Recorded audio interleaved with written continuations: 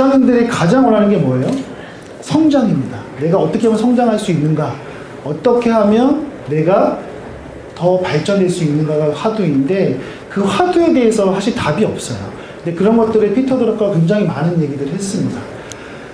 뭐 제가 한 가지 사례들을 한번 얘기해 보면 어떤 모 대리의 얘기를 한번 해보겠습니다. 제가 경험한 것들인데 예전에 어떤 대리가 일을 굉장히 잘했어요. 회사에서 핵심 인재라고 일컬음을 받았습니다. 그런데 이 대리는요 시키는 일 굉장히 잘해요.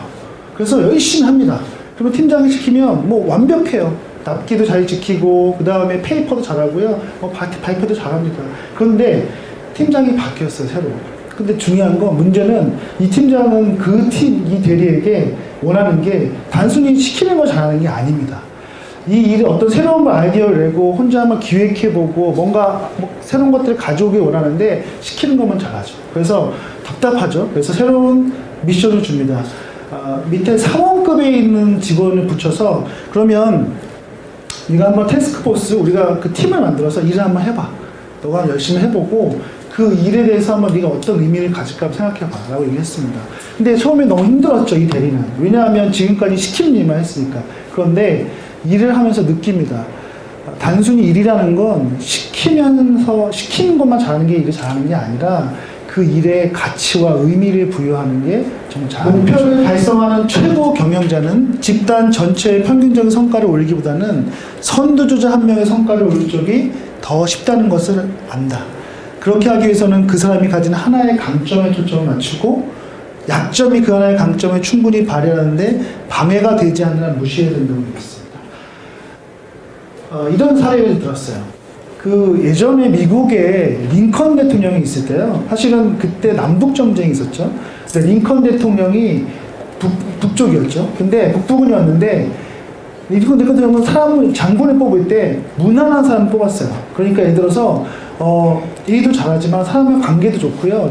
따뜻한 마음을 가진 그러한 장군을 뽑아서 그러했습니다. 그런데 실제 밑에 남부군에 있는 로버트 리 장군은요 그렇지 않았어요. 강점만, 전쟁에 이길 수 있는 강점을 가진 장군만 뽑았습니다. 그래서 그렇게 물량도 많고 인력도 많은 북부군이 계속 3년 동안 고생하다가 그때 깨달았죠. 정말 전쟁을 잘하는 장군을 뽑아야겠구나. 성격이 모나더라도. 그 다음에 다시 역전하기 시작합니다. 중요한 건 뭐냐면 강점을 살려서 성과를 내야 된다는 거죠. 가끔 그런 분들이 계세요.